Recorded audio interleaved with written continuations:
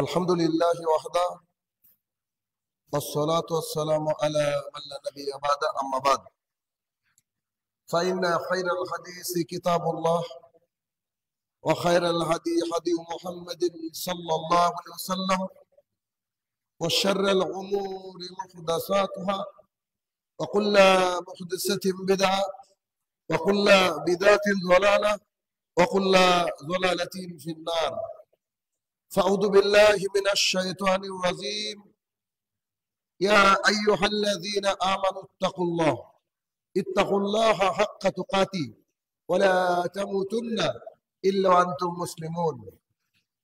عن أبي هريرة رضي الله تعالى عنه قال رسول الله صلى الله عليه وسلم كل ما تدخلون الجنة إلا من أبى قيل يا رسول الله من أبى قال من أطاعني دخل الجنة ومن أساءني فقد أبى. عن عائشة رضي الله تعالى عنها قالت قال رسول الله صلى الله عليه وسلم من عمل عملا ليس عليه أمرنا فهو رد. সম্মানিত উপস্থিতি, সর্বপ্রথম আল্লাহ সুবহানাহু ওয়া তাআলার বারগাহে শুকরিয়া জ্ঞাপন করব যে আল্লাহ তাআলা জুমার সালাত আদায় করার লক্ষ্যে আমাদেরকে মসজিদে প্রেরণ করেছেন, যিনি বিচার দিবসের একক এবং একচ্ছত্র অধিপতি, সে রব্বুল ইজ্জাতের বারগাহে শুকরিয়া জ্ঞাপনার্থে আমরা বলি আলহামদুলিল্লাহ। অতঃপর সমগ্র মানব জাতির শিক্ষক, সমগ্র মানব জাতির পথ প্রদর্শক মুহাম্মদুর রাসূলুল্লাহ সাল্লাল্লাহু আলাইহি সাল্লামের উপর শতকোটি সালাত ও সালাম বর্ষিত হোক, আমরা বলি আল্লাহুম্মা আমিন। আজ জুমার খুতবার ধারাবাহিক বিষয় কিয়ামতের আলামত পর্ব ৮। আমরা বেশ কয়েকটি জুমা যাবত কিয়ামতের আলামত গুলো একটু একটু করে আলোচনা করে আসছি, যাতে করে সেই বিশেষ নিদর্শনগুলি জেনে বুঝে আল্লাহ সুবহানাহু ওয়া তাআলার দরবারে উঠতে পারি এবং যা থেকে নিষেধ করেছেন মুহাম্মদ সাল্লাল্লাহু আলাইহি সাল্লাম এবং যা করতে বলেছেন সেই বিষয়গুলোকে মানতে পারি। এই জন্য আমাদের ধারাবাহিক আলোচনা। আজকে তার পর্ব ৮। আজকের ৮ নম্বর পর্বের প্রথম অংশ হচ্ছে নির্বোধ লোকেদের নেতৃত্ব। রাসূল সাল্লাল্লাহু আলাইহি সাল্লামের মুখনিসৃত বাণী আমরা বরাবর শুনে আসছি আলহামদুলিল্লাহ। তো আজকেও তার প্রথম অংশ শুনবো তারই মুখ থেকে, যিনি সমগ্র মানব জাতির জন্য প্রেরণ করা হয়েছে, যাকে যিনি রহমতুল্লাহ আলামিন, যিনি নবীদের অন্যতম সর্দার এবং শেষ নবী, যিনি কখনো কোনোদিন মিথ্যা কথা বলেননি, তার মুখনিসৃত বাণী তথা হাদিস আমরা প্রত্যেকটা জমায় একটু একটু করে জানার চেষ্টা করছি। তো নির্বোধ লোকদের নেতৃত্ব এটা কিয়ামতের পূর্বে বেড়ে যাবে। সেটা কেমন? জাবের ইবনে আব্দুল্লাহ রাদিয়াল্লাহু তাআলা আনহু বলেন, যদি তো হাদিস একটু লম্বা, এই হাদিস থেকে অনেক কিছু আমাদের জানার রয়েছে। জাবের ইবনে আব্দুল্লাহ রাদিয়াল্লাহু তাআলা আনহু থেকে বর্ণিত, একবার কাব ইবনে উজরা রাদিয়াল্লাহু তাআলা আনহুকে উদ্দেশ্য করে, কাব ইবনে উজরা রাদিয়াল্লাহু তাআলা আনহুকে উদ্দেশ্য করে রাসূল সাল্লাল্লাহু আলাইহি সাল্লাম বলেছিলেন যে নির্বোধ ব্যক্তিদের নেতৃত্ব থেকে, যারা নির্বোধ, এই নির্বোধ ব্যক্তিদের নেতৃত্ব থেকে আল্লাহ তাআলা তোমাকে বাঁচিয়ে রাখুক।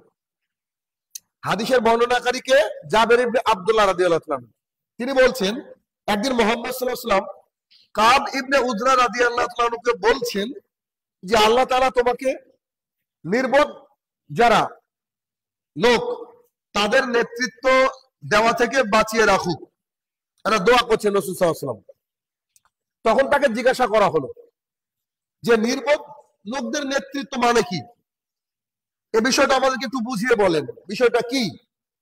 তখন রাসূল সাল্লাল্লাহু আলাইহি ওয়াসাল্লাম বলেন যে আমার পরে, আল্লাহ রাসূল সাল্লাল্লাহু আলাইহি ওয়াসাল্লাম বলছেন, আমার পরে এমন নেতাদের আগমন ঘটবে, এমন সব নেতারা জন্ম নেবে, এমন সব নেতারা দুনিয়াতে রাজত্ব কায়েম করার চেষ্টা করবে।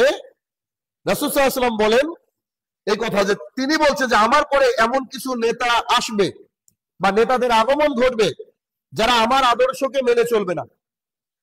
আল্লাহ রাসূল সাল্লাল্লাহু আলাইহি ওয়াসাল্লাম 1450 বছর পূর্বে এই কথা বলছেন যে এমন কিছু নেতা আসবে যে নেতারা আমি মুহাম্মদ সাল্লাল্লাহু আলাইহি ওয়াসাল্লামের যে আদর্শ তাকে মেনে চলবে না, তাকে কবর দিবে। আমার নিয়ম নীতি অনুযায়ী তারা চলবে না। এক, আমার আদর্শকে মানবে না। দুই, আমার নিয়ম নীতি অনুযায়ী তারা চলবে না। তিন, তারা অনেকে মিথ্যা কথা বলবে। তারা অনেকেই মিথ্যা কথা বলবে। তাদের মিথ্যা সমূহ মানে তারা যে মিথ্যা কথাগুলো বলবে এই মিথ্যা সমূহকে সত্য বলে মানুষ গ্রহণ করবে বা প্রত্যয়ন করবে যে এটাই সত্য, এটাই হক, এবং তাদের অন্যায়ের সহযোগী হবে। তাদেরও অন্যায়ের, তারা যে অন্যায় করবে তার প্রচুর সহযোগী তারা থাকবে। শুনে রাখো, তারা আমার উম্মতের দলভুক্ত নয়। হাদিস অনেক লম্বা। প্রথম অংশ রাসূল সাল্লাল্লাহু আলাইহি ওয়াসাল্লাম কাব ইবনে উজরা রাদিয়াল্লাহু তাআলাকে উদ্দেশ্য করে বললেন যে আল্লাহ তাআলা তোমাকে নির্বোধ লোকেদের নেতৃত্ব হওয়া থেকে বাঁচাক। যখন তাকে জিজ্ঞাসা করা হলো যে আল্লাহ রাসূল সাল্লাল্লাহু আলাইহি ওয়াসাল্লাম নির্বোধ লোকেদের নেতৃত্ব কি, তখন তিনি বললেন যে আমার পরে এমন কিছু নেতা আসবে, মানে পৃথিবীর সর্বশ্রেষ্ঠ নেতা কিন্তু মুহাম্মদ সাল্লাল্লাহু আলাইহি ওয়াসাল্লাম। তিনি বলছেন যে আমার পরে কিছু নেতার আবির্ভাব হবে যারা আমার আদর্শকে মানবে না। রাসূল সাল্লাল্লাহু আলাইহি ওয়াসাল্লামের আদর্শ কি? তিনি দ্বীন ইসলাম প্রতিষ্ঠা করার প্রাণপণে চেষ্টা করেছেন।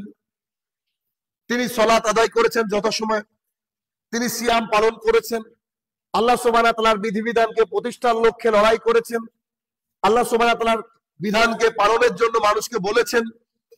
তো আমার আদর্শ যেগুলো যাদের মানুষ চিনবে যে একজন মুসলমান তার দাড়ি থাকবে, এটা আদর্শ। কেন? এই আদর্শের মাধ্যমে তাকে চেনা যাবে। একজন মুসলমান যার পোশাক থাকবে টাকনুর উপরে, যার মাধ্যমে তাকে চেনা হবে যে সে মুসলমান। একজন মুসলমান যখন কথা বলবে সে সত্য কথা বলবে, যার মাধ্যমে বোঝা যাবে সে মুসলমান। অর্থাৎ রাসূল সাল্লাল্লাহু আলাইহি ওয়াসাল্লাম বললেন যে তারা আমার আদর্শকে মেনে চলবে না।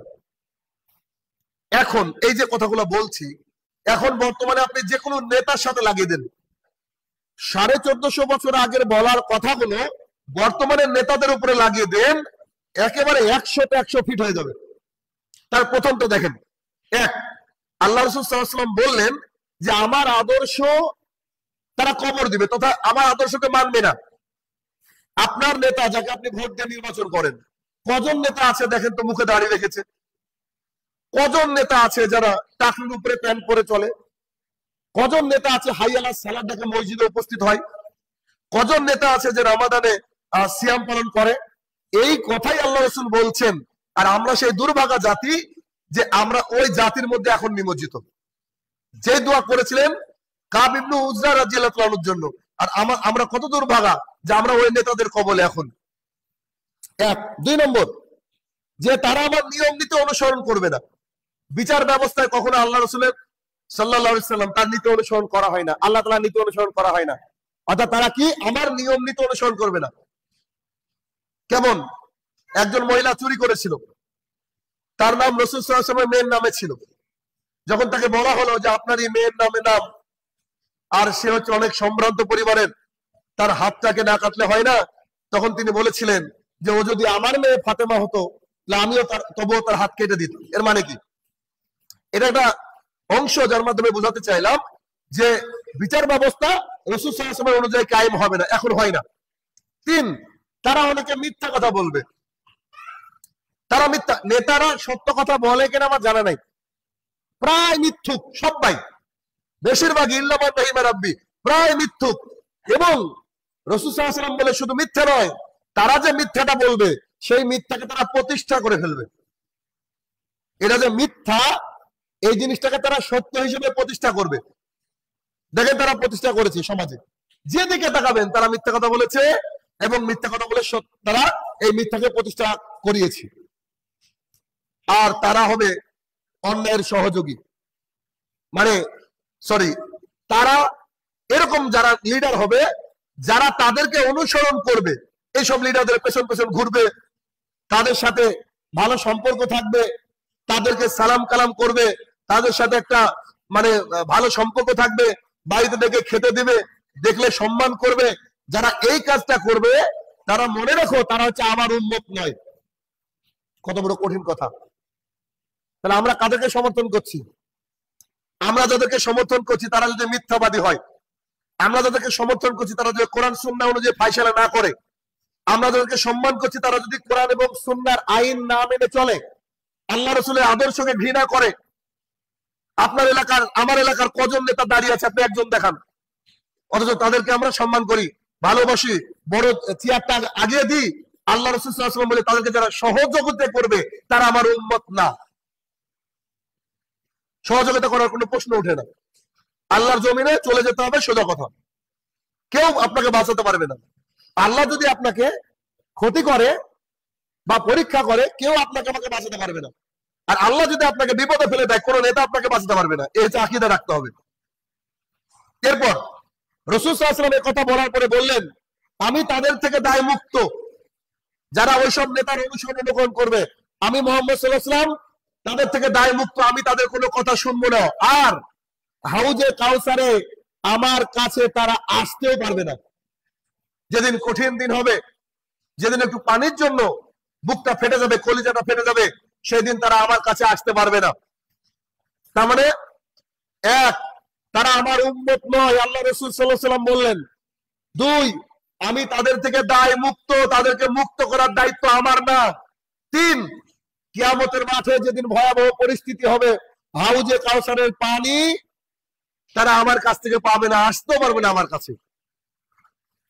এই কথা বলার পরে রাসূল সাল্লাল্লাহু আলাইহি ওয়াসাল্লাম বললেন, পক্ষান্তরে যারা মিথ্যুক, এই মিথ্যুকদেরকে সত্যায়ন করবে না, অর্থাৎ আমরা জানি যে তারা মিথ্যা, আমরা তাদেরকে সত্য মনে করছি না। আমি জানি যে নেতা এটা বলেছে যে তোমার এই সাইডে রাস্তা করে দেবো, আপনারা আমার শুনে মনে হবে যে রাস্তা করে দিবে তো ভালো লোক। একবার বর্ষা আসলে বোঝা যায় যে রাস্তা কেন করেছে। আসলে সব আখের গুছানোর রাস্তা, তার নিজের পকেটে ঢোকানোর রাস্তা, নিজের পকেটে ঢোকানোর ফন্দি। এই যে বিষয়গুলা, আপনি যদি অন্যায়কে প্রতিবাদ করেন বা সহযোগিতা না করেন, যে আমি জানি তুমি কেন করতে এসেছো বা তুমি আমাকে কেন সাহায্য করতে এসেছো, আমার জানা আছে। এরা যারা মনে করবে অন্যায়ের সহযোগী হবে না, তাদের পেছন পেছন ভোট চেয়ে বেড়াবে না, তাদের পেছন পেছন তাকে সাপোর্ট করবে না, তারা হচ্ছে আমার উম্মত। আল্লাহ রাসূল সাল্লাল্লাহু আলাইহি ওয়াসাল্লাম বললেন, তারা হচ্ছে আমার উম্মত, আমি তাদের পক্ষে থাকব। এখন আপনি কি নেতার পক্ষে থাকবেন নাকি আল্লাহ রাসূল আপনার পক্ষে থাকবে? দেখেন, যদি মনে করেন যে আল্লাহ রাসূল সাল্লাল্লাহু আলাইহি ওয়াসাল্লাম আপনার আমার পক্ষে থাকুক, তাহলে তাদের মিথ্যাকে আমাদেরকে মিথ্যা বলতে হবে, হককে হক, বাতিলকে বাতিল বলতে হবে। আর যারা এটা করবে তাদের আমি মুহাম্মদ সাল্লাল্লাহু আলাইহি ওয়াসাল্লাম সহযোগী থাকবো, এবং তারা আমার কাছে হাউজে কাউসার থেকে পানি পান করবে। সুবহানাল্লাহ, চিন্তা করেন। এরপরে বলেন, হে কাব ইবনে উজরা, শুনে রাখো, রোজা হচ্ছে ঢাল, রোজা হচ্ছে ঢাল। রোজা মানুষকে জাহান্নাম থেকে বাঁচায়। জাহান্নাম থেকে যতগুলো ইবাদত মানুষকে বাঁচায়, তার মধ্যে অন্যতম একটা হচ্ছে রোজা। এক। দুই, সাদকা হচ্ছে পাপকে ধুয়ে মুছে সাফ করে দেয়। বেশি পাপ হয়েছে, গরিব মিসকিনকে দান করেন, বেশি বেশি দান করেন, নিজের আত্মীয় যারা গরিব তাদেরকে দান করেন, চিনেন এমন মানুষকে দান করেন, চিনেন না এমন মানুষকে দান করেন। তাহলে কি? রোজা হচ্ছে ঢাল, জাহান্নাম থেকে বাঁচার ঢাল। আর দুই, সাদাকা, মানে আপনি যা পারবেন দান করেন। 2 টাকা দান করেন না কেন, সেই 2 টাকা আল্লাহ সুবহানাহু ওয়া তাআলা আপনার পাপকে ধুয়ে মুছে সাফ করে দিবেন। আর 3 নম্বরে বললেন, নামাজ হচ্ছে আল্লাহর নিকট, মানে নিকটবর্তী হওয়ার অন্যতম মাধ্যম। এর চেয়ে ভালো মাধ্যম আর পৃথিবীতে কিচ্ছু নাই। যে বান্দা নামাজের জন্য দাঁড়িয়ে যায়, সে আল্লাহর একেবারে সামনে চলে আসে। অতএব মনে রাখো, কাব ইবনে উজরা, রোজা হচ্ছে ঢাল, সাদাকা হচ্ছে পাপকে ধুয়ে মুছে সাফ করে দেয়। 3, তিনি বললেন, নামাজ হচ্ছে আল্লাহর নিকট লাভ করা, আল্লাহর নৈকট্য লাভ করার অন্যতম মাধ্যম। এ কথা বলার পরে তিনি বললেন, অবৈধ যারা উপার্জন করে, হারাম যারা ইনকাম করে, যাদের শরীরটা হারাম ইনকামে গড়ে উঠেছে, সেই শরীর কখনো জান্নাতে প্রবেশ করবে না। হাদিস অনেক লম্বা, বলেছি শুরুতে। সেই শরীর কখনো জান্নাতে প্রবেশ করবে না। শুনে রাখো, জাহান্নামের আগুনই তাদের এই শরীরের জন্য উপযুক্ত। ইনকাম করতে হবে মেহনত করে, ইনকাম করতে হবে কষ্ট করে। এ কথা বলার পরে রাসূল সাল্লাল্লাহু আলাইহি ওয়াসাল্লাম একটা কঠিন কথা বললেন, যে কেউ নিজেকে বিক্রি করে দিয়ে আসে। এমন হয় যে আমাদের সমাজে এমন লোক আছে যে কাজ শেষে সারাদিন পর কেউ নিজেকে বিক্রি করে দিয়ে আসে, অর্থাৎ ইমানটাকে বিক্রি করে দিয়ে আসে। কেউ আবার জাহান্নাম থেকে নিজেকে মুক্ত করে বাড়িতে আসে। এ হচ্ছে হাদিস, মুসনাদ আহমদ 14,481 নম্বর হাদিস, লম্বা হাদিস। তাহলে এই হাদিস থেকে আমরা কি পেলাম? এগুলো হচ্ছে কিয়ামতের আলামত, যে নেতারা নেতৃত্ব দিবে, তারা মিথ্যা কথা বলবে, আল্লাহ রসুলের আদর্শকে মানবে না, তারা যে মিথ্যা বলবে সেটাকে সত্য হিসেবে সমাজে প্রতিষ্ঠা লাভ করাবে। আর তাদের যারা সহযোগী হবে তাদেরকে আল্লাহ রাসূল সাল্লাল্লাহু আলাইহি ওয়াসাল্লাম বলছে ওরা আমার উম্মত নয়, আমি তাদেরকে সাহায্য করব না। কিয়ামতের মাঠে তারা কি করবে না? হাউজে কাউসারের পানি পর্যন্ত আমার কাছ থেকে পান করতে পারবে না। আর যারা তাদের কথাকে সত্য মনে করবে না, যারা তাদের বিরোধিতা করবে, তারা হচ্ছে আমার উম্মত, আমি মুহাম্মদ সাল্লাল্লাহু আলাইহি ওয়াসাল্লাম তাদের সাথে থাকবো, এবং কিয়ামতের মাঠে তারা আমার কাছ থেকে হাউজে কাউসারে পানি পান করবে। হাদিসের শেষে এসে বললেন, অনেকে আছে সারাদিন পর ইমানকে বিক্রি করে দিয়ে চলে আসে বাড়িতে, অনেকে আছে মানুষ জান্নাতকে কিনে নিয়ে বাড়িতে আসে, অর্থাৎ ব্যবসা প্রতিষ্ঠানে যায়, ইনকাম করতে যায়, নানান কাজে যায়, ও ইমানকে কেউ বিক্রি করে দেয়, আবার কেউ জান্নাত কিনে নিয়ে বাড়িতে আসে।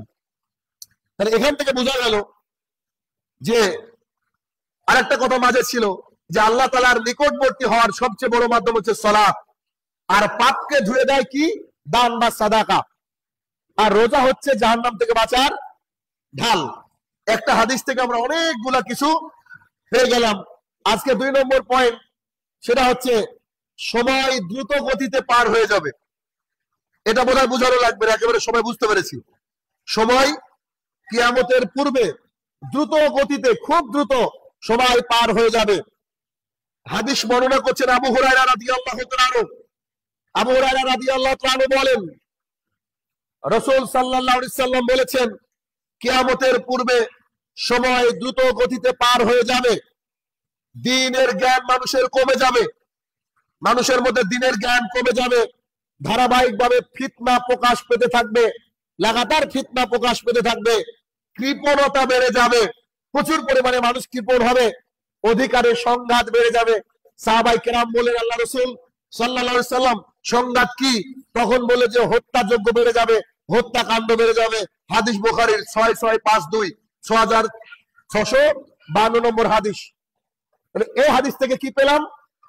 কিয়ামতের পূর্বের অন্যতম আলামত হচ্ছে, অন্যতম সাইন এন্ড সিম্পটম হচ্ছে যে সময়টা দ্রুত গতিতে পার হয়ে যাবে।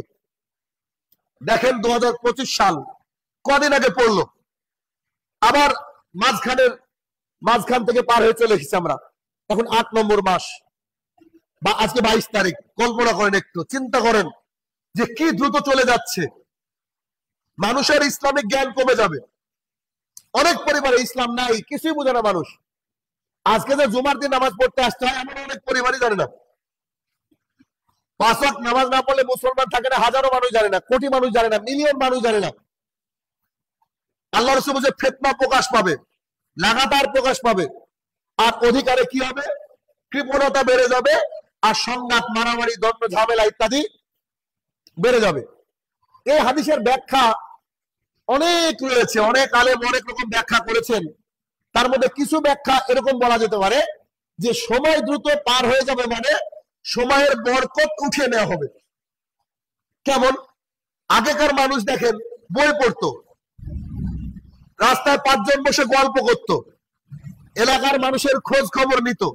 কিন্তু এখন রাস্তায় বসে কেউ গল্প করে না, বই পড়ার তো সময় নাই। মানুষ যেন খুব এত ব্যস্ত দুনিয়া নিয়ে। এই যে বরকত উঠে গেছে। আগেকার মানুষের মধ্যে কি ছিল?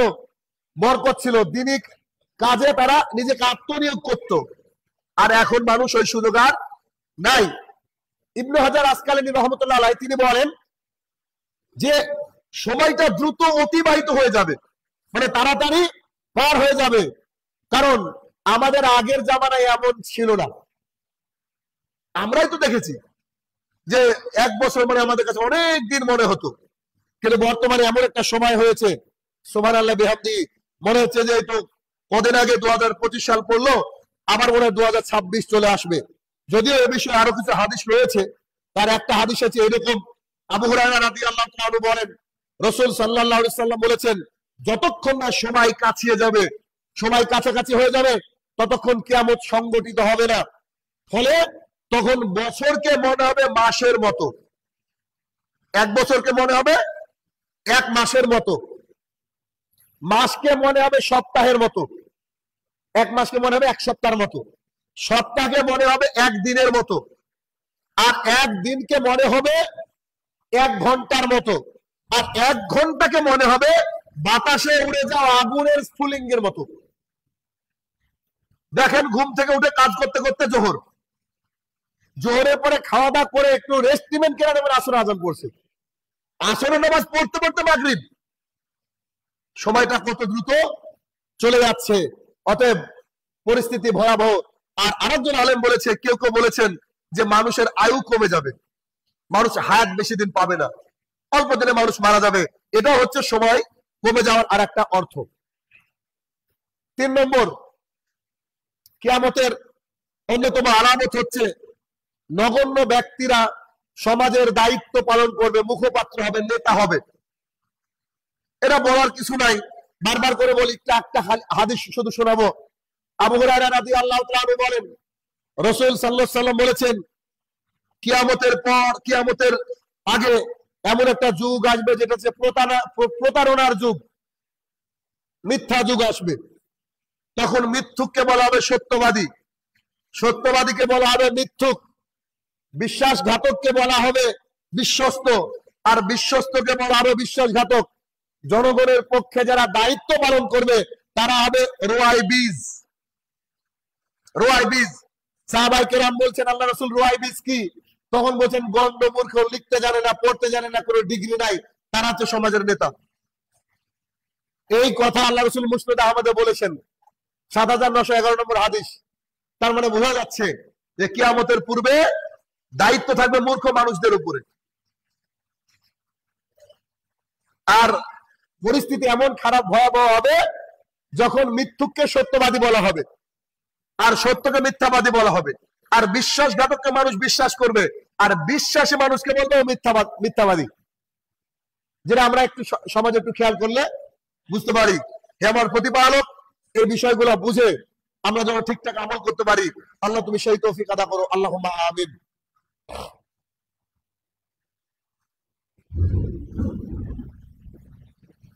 আলহামদুলিল্লাহ ওয়াহদা ওয়াসসালাতু ওয়াসসালামু আলা মান লা নাবিয়্যা বা'দা, আম্মা বা'দ। আলোচনা হচ্ছে কিয়ামতের আলামত, পর্ব 8। আমরা আরেকটু সামান্য কিছু কথা কোরআন এবং সুন্নাহ থেকে শুনবো। আর যে কথাগুলো আপনাদেরকে বলা হয়, আমরা বলি, এই কথাগুলো শুধু শুনবেনই না, বরং নিজের জীবনে অ্যাপ্লাই করতে হবে। কারণ বারবার করে একটা কথা বলতে থাকি যে কখন আমাদের কাছে মালাকুল মউত চলে আসবে, মারা যাব, এটা কিন্তু আমরা কেউ জানি না। অতএব আমাদেরকে মৃত্যুর জন্য প্রস্তুতি গ্রহণ করতে হবে। এরপরের আলামত হচ্ছে ইতর শ্রেণীর লোকেরা বিশাল সম্পদের অধিকারী হবে। যারা ইতর শ্রেণীর মানুষ, খারাপ মানুষ, সমাজে নিকৃষ্ট মানুষ, তারা কোটি কোটি মিলিয়ন মিলিয়ন টাকার মালিক হবে। আসেন হাদিস। আনাস ইবনু মালিক রাদিয়াল্লাহু তাআলা আনহু বলেন রাসূল সাল্লাল্লাহু আলাইহি সাল্লাম বলেছেন, যতক্ষণ না পৃথিবীর সবচেয়ে ভাগ্যবান ও সম্পদশীল ব্যক্তি, যতক্ষণ না পৃথিবীর সবচেয়ে ভাগ্যবান ও সম্পদশীল ব্যক্তি লুকা ইবনে লুকা, আল্লাহ রাসূলের হাদিস, লুকা ইবনে লুকা হবে না, ততক্ষণ কিয়ামত সংগঠিত হবে না। তাবারানীর হাদিস ৭১১। আল্লাহ রাসূল সাল্লাল্লাহু আলাইহি ওয়াসাল্লাম বললেন, যতক্ষণ না পৃথিবীর সবচেয়ে কোটিপতি মানুষটা লুকা ইবনে লুকা হবে না, ততক্ষণ কিয়ামত সংগঠিত হবে না। লুকা এটা আরবি শব্দ, যার মানে হচ্ছে চরম লেভেলের নির্বোধ, একেবারে নির্বোধ, বোকা, এবং নোংরা প্রকৃতির মানুষ যতক্ষণ না পৃথিবীর কোটিপতির মধ্যে একজন হবে না, ততক্ষণ অব্দি কিয়ামত সংগঠিত হবে না। দেখুন, এখন সোশ্যাল মিডিয়ায় ইনকাম করার রাস্তা কিন্তু অনেক সহজ। এমন এমন লোক ইনকাম করছে যে যাদের বাড়ি ঘর তো দূরের কথা, মানে হয়তো ভিক্ষা করতে এমন লোক ছিল, কিন্তু এই সোশ্যাল মিডিয়ার দৌলতে তারা আজকে এমন বাড়ি দিয়েছে, গোটা সরকার পড়া সব বাড়ি বিক্রি করলে তার বাড়ি হবে। এমন গাড়ি কিনেছে যে গাড়ি দিয়ে রাস্তায় গেলে মানুষ শুধু তাকিয়ে থাকে। 3 দিন পর পর থাইল্যান্ড, দুবাই, আমেরিকা ঘুরতে যায়। এটা বর্তমানে স্ট্যাটাস। তাহলে এই হাদিসকে বাস্তবায়িত রূপ হিসেবে দেখতে বোধহয় আমরাই দেখতে পাবো কিনা আল্লাহ জানে। যে যার কোনো সম্পদ ছিল না, একেবারে নির্বোধ বোকা, যে মানুষটা বোকা, সেই মানুষটা আজকে কি হচ্ছে, উন্নততর জায়গায় যাচ্ছে। আমি কয়েকটা জিনিস সেভ করে রেখেছি, ইনশাল্লাহ ভিডিও হয়তো দিব সময় করে। আমাদেরই মুর্শিদাবাদেরই একজনকে দেখলাম, একটা ছেলে, ও ভিডিও বানায়, তো দিন রাত গালাগালি করে, মানে গালাগালিটা ওর ভিডিও। একটা স্টেজে উঠেছে, তার জন্য স্টেজ সাজানো হয়েছে, হাজারো জনগণ, কিছু ভদ্রলোক স্টেজে বসে আছে, আর নিচ থেকে পাবলিক বলছে যে দেন ওই গালটা দেন। সে গালি দিচ্ছে, হাজার হাজার জনগণ। সে আবার পোস্ট করছে সোশ্যাল মিডিয়ায়, আমি আপনাদের এত ভালোবাসা পাবো বুঝতে পারিনি।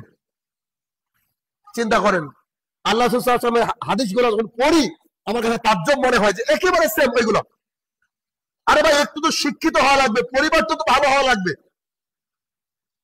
মানে পরিস্থিতি কি হচ্ছে, মানে যে কোনো মানুষের হাতে আজকে কোটি কোটি টাকা। এই কথা রাসূল সাল্লাল্লাহু আলাইহি ওয়াসাল্লাম বলেছেন যে পরিস্থিতি এমন হবে, আর তারা আবার সমাজের নেতা হবে, তারা সমাজের দায়িত্ব পালন করবে, তারা যা বলবে ওটাই ফাইনাল, এটা হয়ে যাবে। আর এটা হতে বোধহয় আর খুব বেশি দেরি নয়। এর পরের আলামত হচ্ছে মসজিদকে মানুষ যাতায়াতের স্থান হিসাবে দেখবে, আর এই মসজিদকে মানে রাস্তার মানে মিডিল দিয়ে মসজিদের মধ্য দিয়ে মানুষ যাতায়াত করবে। এই হাদিসটা বা এই অংশটার পেছনে কারণ কি, এটা কি জিনিস একটু বুঝায়, তাহলে বুঝতে পারবেন না। সেটা হচ্ছে এই, অনেক মসজিদ আছে, আচ্ছা অনেক মসজিদ ছাড়েন, একেবারে বাস্তব উদাহরণ দিচ্ছি। আমাদের লালবাগের কাটরা মসজিদ, এই মসজিদের মধ্য দিয়ে রাস্তা, মানুষ কিন্তু মসজিদের মধ্যে দিয়ে হাঁটে এবং জুতো পরে হাঁটে। রাসূল সাল্লাল্লাহু আলাইহি ওয়াসাল্লাম বললেন দুটো কথা, এক, মসজিদের মধ্য দিয়ে পারাপারের রাস্তা থাকবে, আছে। 2, মসজিদে নামাজ পড়তে আসবে না মানুষ, মসজিদে দেখতে আসবে। এত সুন্দর করে সাজিয়েছে ঐতিহ্যবাহী মসজিদ, মসজিদকে দেখতে আসবে। আর রাসূল সাল্লাল্লাহু আলাইহি ওয়াসাল্লাম এই বাক্যটাই বললেন যেটা আমরা দেখছি। গতদিন বলেছিলাম টাঙ্গাইলের একটা মসজিদের কথা, ওই যে 101 না 110 গম্বুজা মসজিদ, যেখানে মানুষ নামাজ পড়তে যায় না, যায় কি করতে, দেখতে যায়। এরকম বহু মসজিদ হবে, মানুষ শুধু কারুকার্য সৌন্দর্য দেখতে আসবে। একটু ঘুরলে বুঝতে পারবেন, আমরা আমাদের চোখে পড়ে আর কি। তাহলে কি পরিস্থিতি এরকম। আজকের খুতবার শেষ অংশ, যেটা আমাকে আশ্চর্য হয়েছে, আমি যখন আগের বারও খুতবা দিয়েছিলাম, এবারও পড়তে গিয়ে আবারও আশ্চর্য একবার হলাম। সেটা কি, পরের পয়েন্ট হচ্ছে রাসূল সাল্লাল্লাহু আলাইহি ওয়াসাল্লাম বলছেন বাজার ও দোকানপাট মানুষের নিকটবর্তী হয়ে যাবে। বাজার আর দোকানপাট মানুষের নিকটবর্তী হয়ে যাবে। এই যে বাজার আর দোকানপাট নিকটবর্তী হয়ে যাবে, হাদিসটাকে বলি। আবু হুরায়রা রাদিয়াল্লাহু তাআলা বলেন রাসূল সাল্লাল্লাহু আলাইহি ওয়াসাল্লাম বলেছেন, যতক্ষণ না পর্যন্ত ফিতনা প্রকাশ পাবে, অনেক ফিতনা প্রকাশ পাবে, মিথ্যার প্রসার ঘটবে, আর বাজার সমূহ নিকটবর্তী হয়ে যাবে, ততক্ষণের আগ পর্যন্ত কিয়ামত সংগঠিত হবে না। মুসনাদে আহমদের হাদিস 10,735 নম্বর হাদিস। আচ্ছা চিন্তা করেন,